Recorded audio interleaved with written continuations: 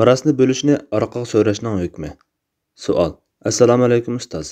Yaqinda ayolimning dadasi tuyuqsiz tugab ketdi. Ayolim dada bir, ana bir 5 tuqqan bo'lib, 3 qiz, 2 o'g'il, eng kichik singlisi taxiyatliq bo'lmagan. Gerçi ayolim va boshqa qarindoshlari o'rtaq holda mirosni ana vafot topgandan keyin andin bo'lishimiz degan fikrda bo'lsa-mu, qaynotamning qarindoshlari mirosni hozir bo'lib o'tmasa qat'iy bo'lmaydi degan o'xshaydi. Bu masala ko'plagan oilalarda yuz berib turadigan muhim masala bo'lganlikdan o'zlaridan uning aniq hukmini bilib beqishni loyiq ko'rdik. Alloh ilmlariga barakat ato qilsin. Amin. Javob. Va alaykum assalom va rahmatullohi va barakatuh. Barliq hamd sanolar Janobi Allohga bo'lsin. Durud va salomlar payg'ambarimizga, u zotning oila taobatlarga, ashablariga va u zotga toki qiyomatgacha ergashganlarga bo'lsin. Bir inson vafot bo'lgandan keyin meyitini yerlikida qo'yish va mirosiga munosabatli tuvandagi ishlarni tartibi bo'yicha qilishi lozim. 1. Meyitni yuyib tarab, kepanlab, namozini tushirib yerlikida qo'yish. 2. Qarzlari bo'lsa to'lash. O'rindimagan nazr yoki kafarat yoki zakat qatorliq shariat haqlarimi qarzlar qatoriga kirdi. 3.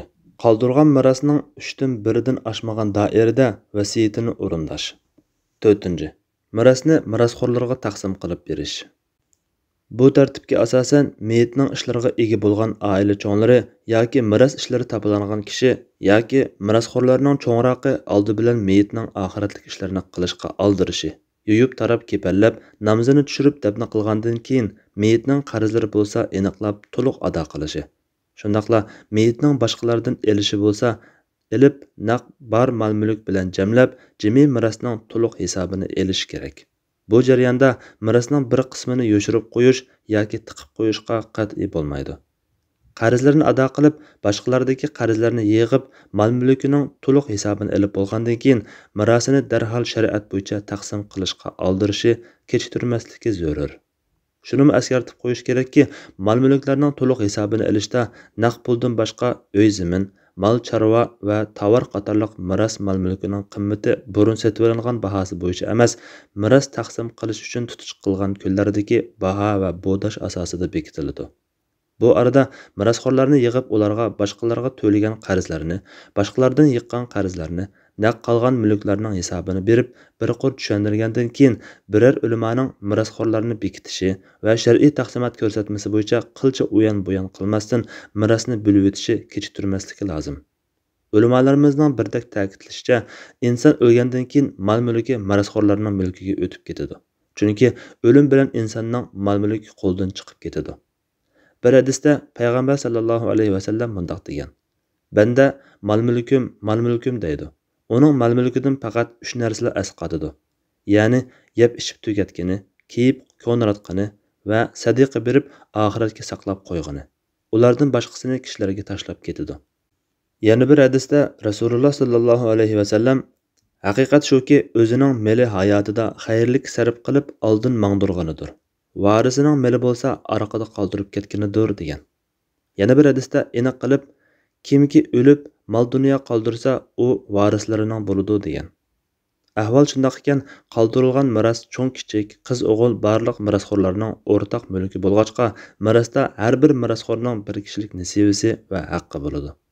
Haq taolo aytadi: Ata-onasi va tuqqanlari qoldirgan mirosda erlarning nasibasi bordir.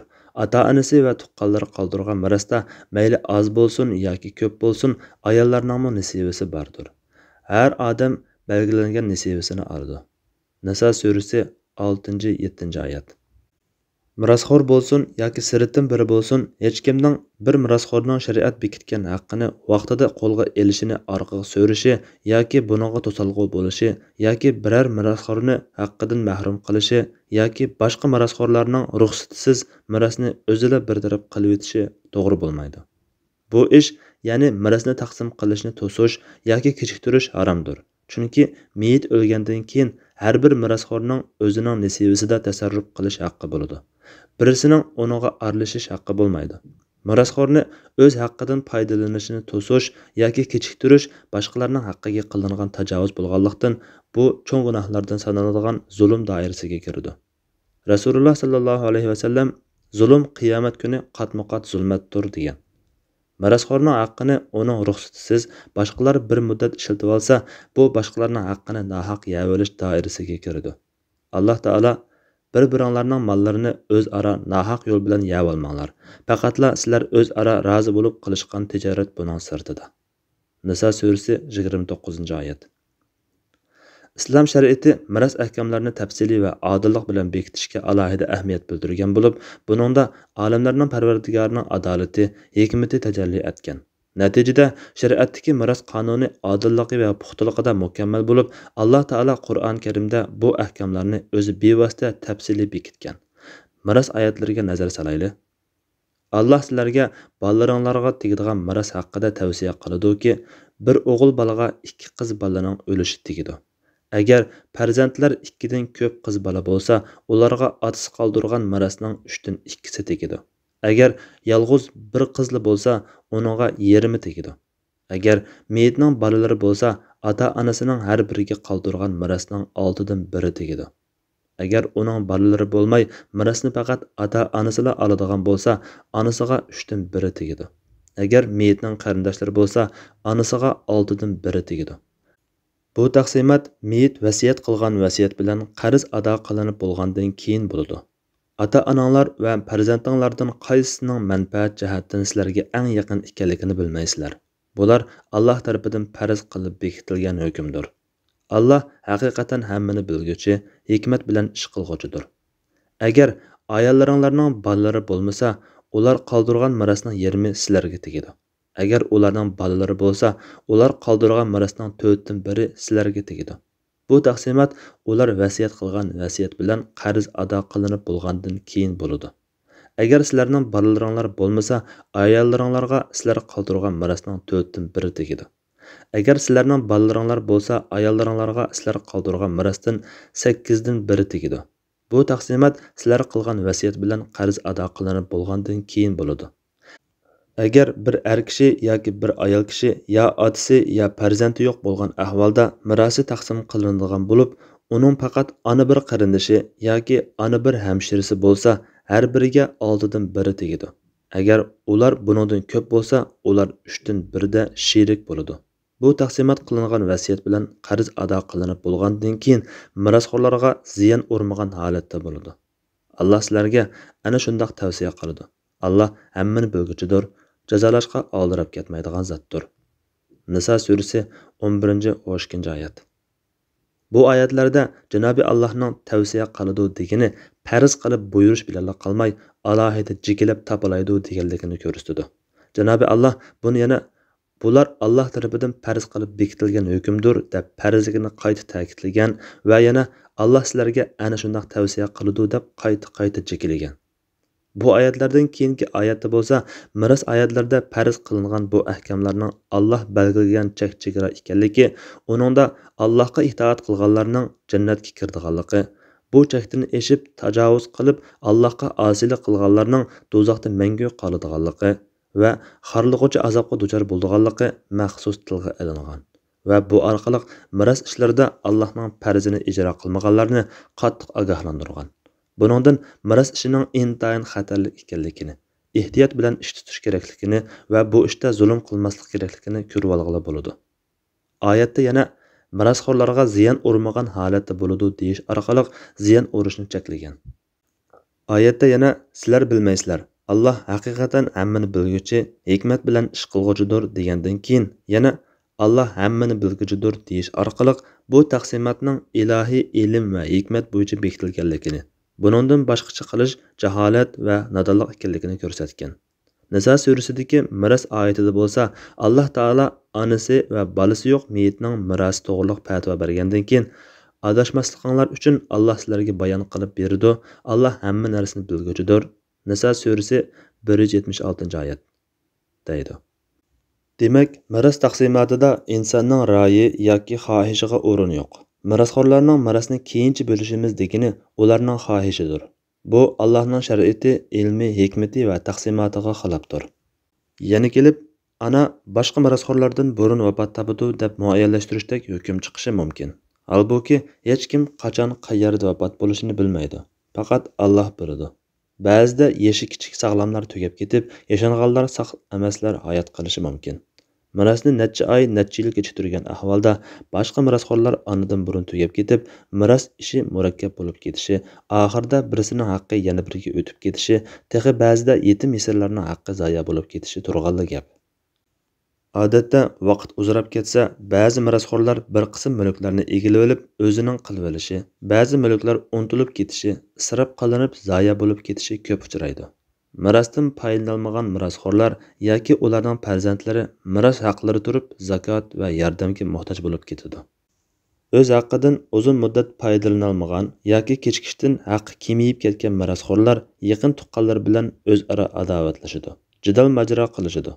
Texi ba'zida qarindoshlarining mirosini yeb olmoqchi bo'lgan bir qism nafsi balo mirosxo'rlar olimlar ko'rsatgan shariat hukmiga bo'ysunmay turli vositalarni qo'llanadi.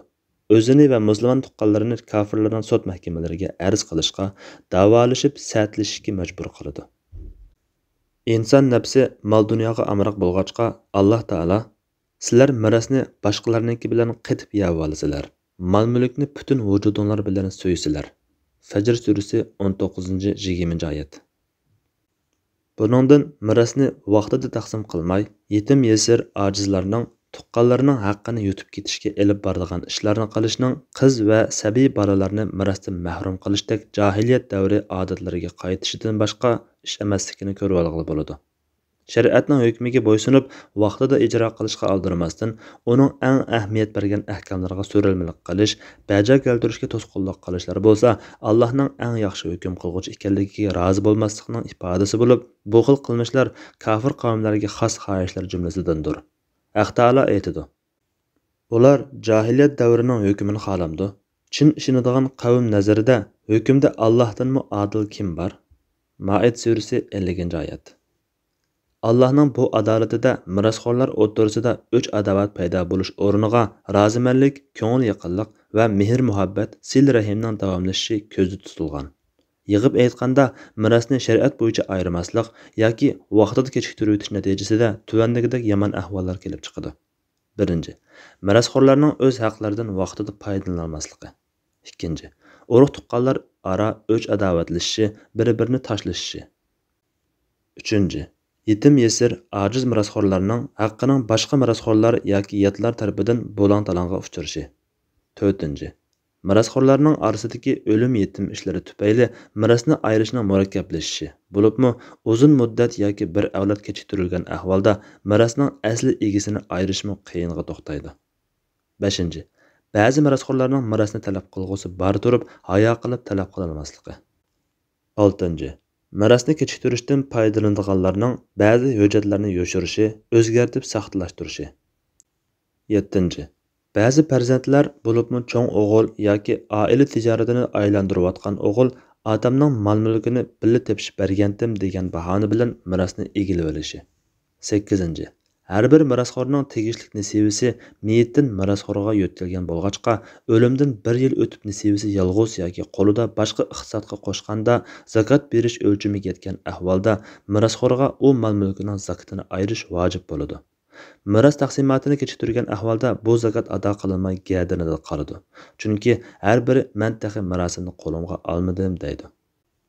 Olimlarimiz biror mirosxo'r mirosini taqsim qilishni talab qilgan ahvolda o'z haqqidan foydalanishni kechiktirmaslik uchun qo'rsoqdagi homilaning tug'ilishini kutib turmasdan homilaga eng ozodi miros olib qo'yib turib mirosni ta'xirsiz taqsim qilib o'tish kerakligini, mirosxo'rlarni kutib turishga majburlashga bo'lmaydiganligini ta'kidlagan va asarlardagi miros bo'limida homilaning mirosi deb alohida bob turg'izgan.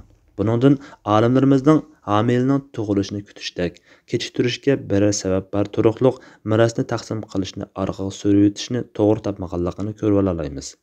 Ahvol bundoq tursa, necha 10 yil yoki noma'lum vaqtga qadar kechiktirish qandoqmi joiz bo'lsin? Yana taxi vaqtning o'tishi bilan ko'nrash yoki bahoning o'zgarishi tufayli mirosning qimmatining tushib ketishimi odatda yo'q ish emas. Diqqat qilish kerakki, miros taqsim qilishdan burun har bir mirosxo'r xarjlagan pullar o'z nasibasidan hisoblanadi.